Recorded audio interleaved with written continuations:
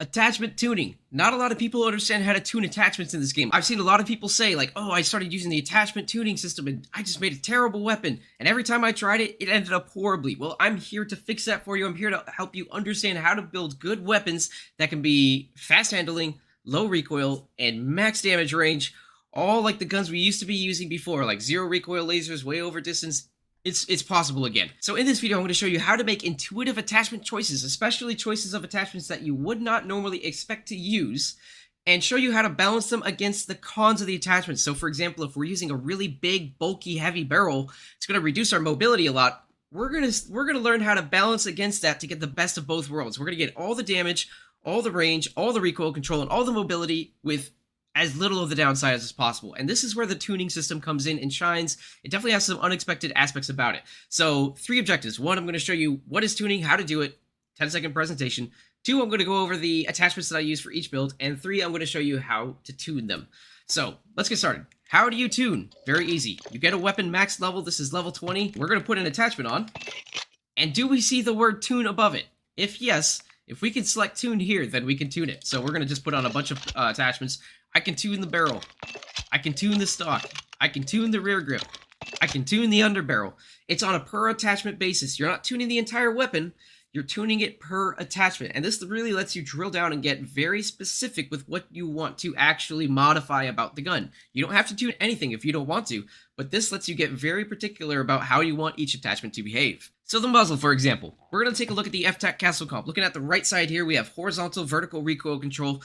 We like those, we want those, but we don't like losing our ADS speed. Well, what we can do is we can belay some stabilization in exchange for some aim down sight speed. Now, just because we tilt it all the way down to aim down sight speed and tune the attachment all the way into ADS, we're still leaving some stabilization left over. The attachment is still doing part of what it's designed to do, but it's doing less of that in exchange for less of the cons. We're going to have less of an ADS penalty by tuning it towards ADS, but we're also going to have less horizontal recoil control. Recoil stabilization is horizontal recoil control, and down here at the bottom, we're going to max it out for gun kick control, for example. This is the basic give and take tuning system, and this is how it works for every attachment in the game. So now we're going to go over the M4A1, my tuned build. Okay, so this is what I'm running on the M4A1.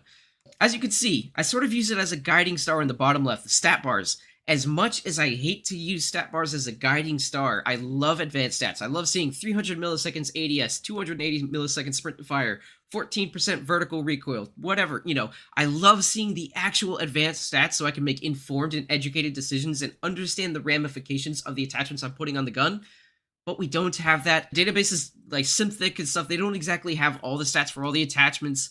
Exclusive Ace is doing whatever testing he can, so we're learning as we go along, and so these are largely builds based on feeling good. And I've played Call of Duty for 15 years, so I can tell you pretty quickly what feels good. But it's a shame that we don't have advanced stats. I would love to tell you. But anyway, I'm going to undo all of this.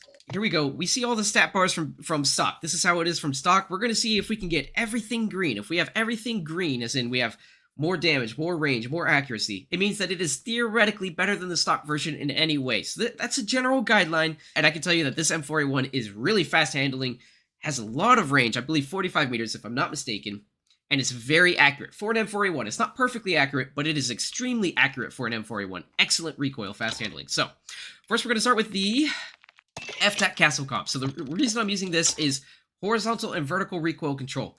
Now, of all the forms of recoil control in the entire game, it is my belief, especially since it was this way in Vanguard, it is my belief that this is the most powerful recoil control attachment in the entire game. I recommend using this on all your classes.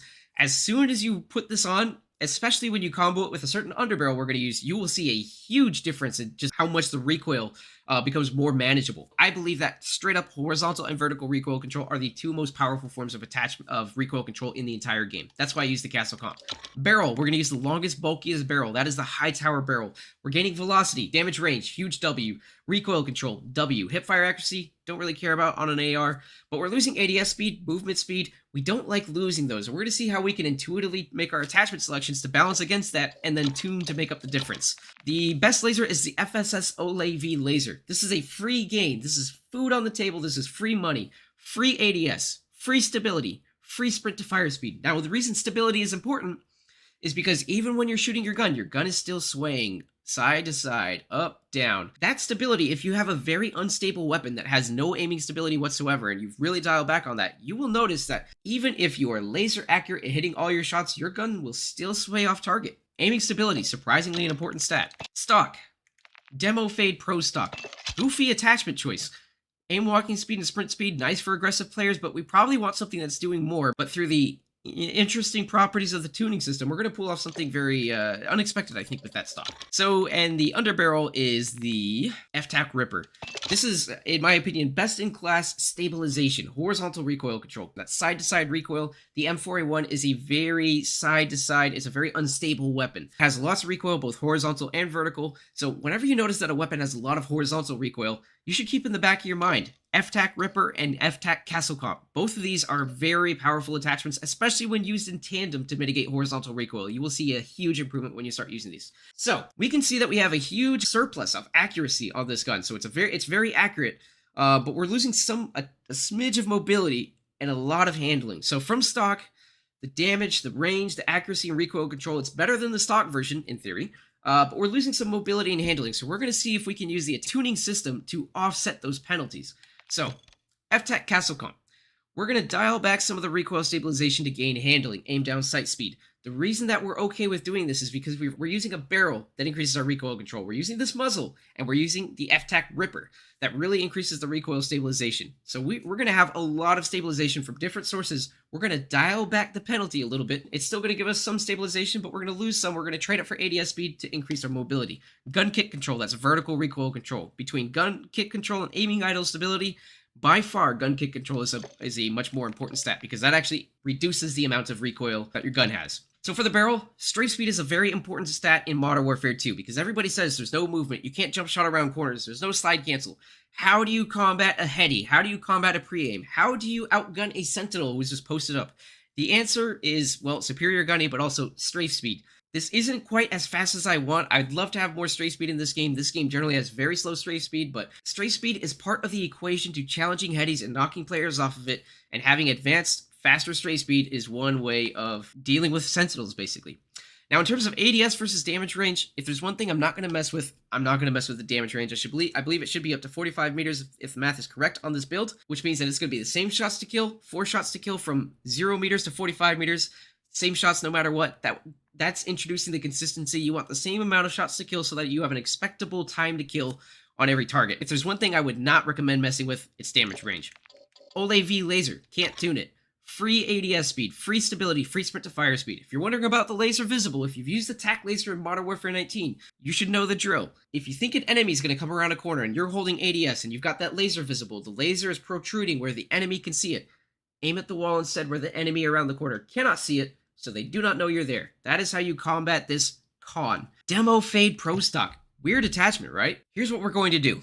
We see that this has 3 attributes. It increases your aim walking speed and your sprint speed, and it reduces your aiming stability. Let me just say that we're not concerned at all about aiming stability because we gain a lot from the TAC laser, and we gain a lot from the FTAC Ripper. Now, there are only 3 aspects that this stock affects: aim walking speed, sprint speed, and aiming stability. 3 items. However, with tuning, you always have 4. So there's this 4th stat, this 4th aspect of the gun. So what we're going to do is we're going to gain free aim down sight speed with no penalty whatsoever. We are taking away from aim walking steadiness, which is when you're holding ADS and you're strafing, your gun is sort of bouncing with you. Not a very important stat unless it's like out of control. Definitely not on this build. Don't worry about it. Free aim down sight speed, free mobility increase just for picking this stock with no penalty to our recoil. Now, between stability and aim walking movement speed, I'm going to choose the strafe speed because we're already gaining stability from other sources, and strafe speed is very important. So that's the tuning on this stock. Very surprising, and this shows how the tuning system can be intuitive and surprise you in ways that you didn't expect.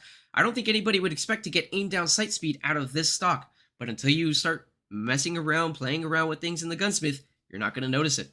Finally, FTAC Ripper gives us a lot of horizontal recoil control, lots of stability, hip fire accuracy, not too important, but recoil stabilization, great attachment, S tier attachment. So Despite the fact that it gives us a lot of stabilization, we're still going to gear it towards ADS speed. We're going to exchange some stability for pure handling, aim, walking, movement speed. That is straight speed. So if you've already seen the Eclipse of the M4A1, you can see how good this gun build is. This is an outstanding build of the M4A1. It's very, very accurate. Compared to the stock version, which has way more visual recoil and way less ability to beam over range, I would say that this gun is effective up to 40 meters.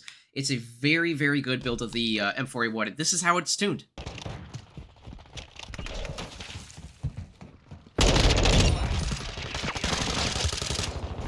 Oh, no, no, no, no. I didn't want to do that.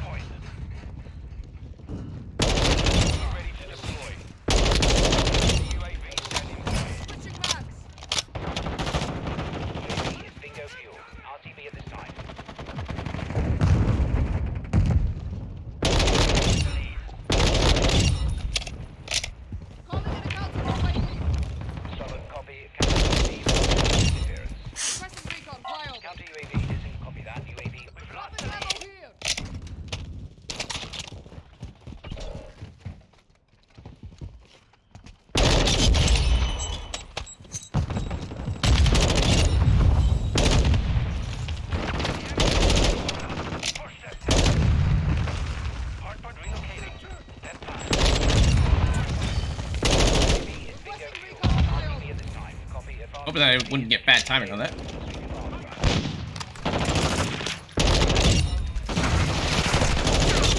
Ooh, good thing that teammate was there to soak up some bullets. I don't think I would have looked up.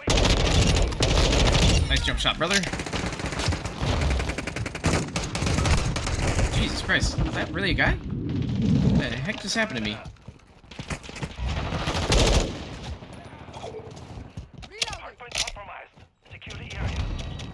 I think that's a guy.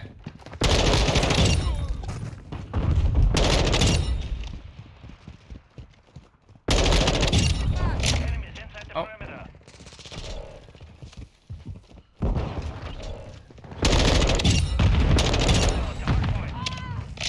Ooh, somebody just died. Ah!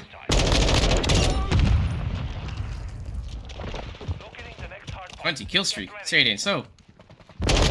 Damn it. Big L. Good teammate, good teammate. I gotta rotate way out of here.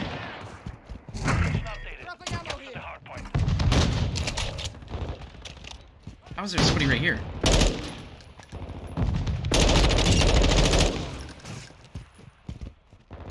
Oh, great. Oh.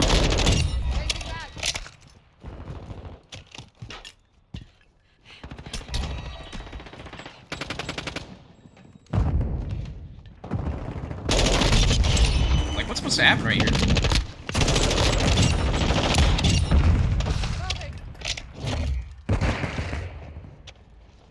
We gotta secure this flank, I'll tell ya.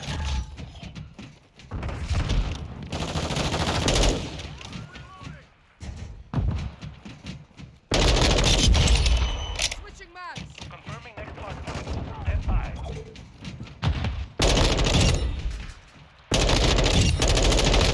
Oh, so close.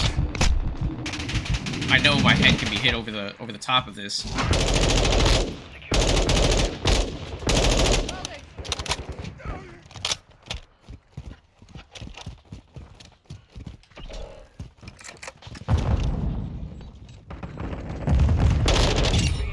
Hey, nuke with an M4A1, easy mode. Enemy personnel at the hardpoint.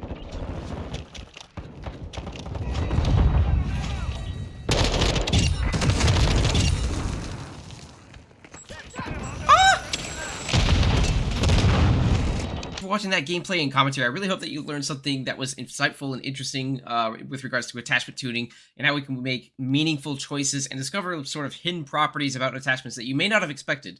I hope that I gave you a great foundation and starting point for you to be able to tune your own guns. So appreciate you watching, and appreciate you following me on Twitter and on Twitch. Twitter, they're both the same, XVI the Great. Follow me on Twitter for the memes, Twitch for the beams, and this is XVI the Great signing out. Thank you very much for watching. See you next time.